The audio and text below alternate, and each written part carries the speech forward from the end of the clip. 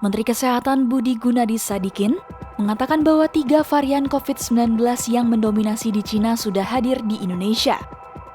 Namun, varian virus itu disebut tidak menyebabkan kenaikan kasus di dalam negeri karena imun masyarakat sudah jauh lebih baik. Maka dari itu, pemerintah belum menerapkan aturan terkait pengetatan pintu masuk untuk warga negara asing, terutama negara dengan kasus tinggi seperti Cina.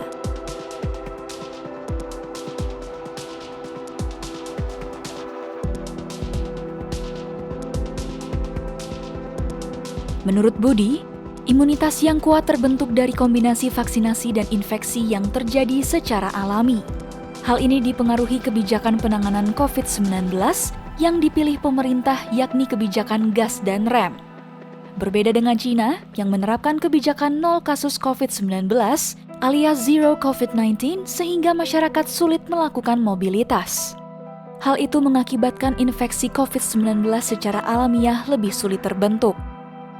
Sebagai informasi, 3 subvarian baru yang mendominasi di Cina pada gelombang kali ini adalah BA.52, BA.275, dan BF7.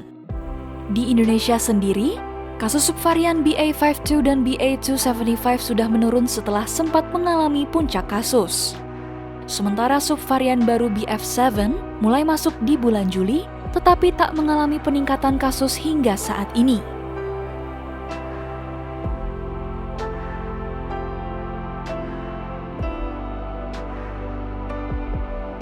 Sebelumnya, Presiden Jokowi memutuskan menghentikan kebijakan PPKM pada Jumat, 30 Desember 2022.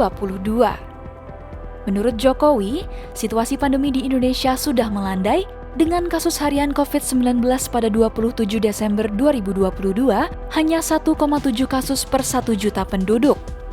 Kemudian, positivity rate mingguan sudah berada di angka 3,3%, bed occupancy rate 4,79%, serta angka kematian 2,39%.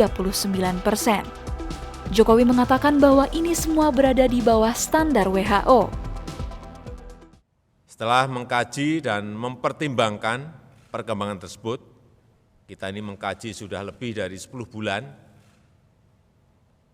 dan lewat pertimbangan-pertimbangan yang berdasarkan angka-angka yang ada, maka pada hari ini pemerintah memutuskan untuk mencabut PPKM.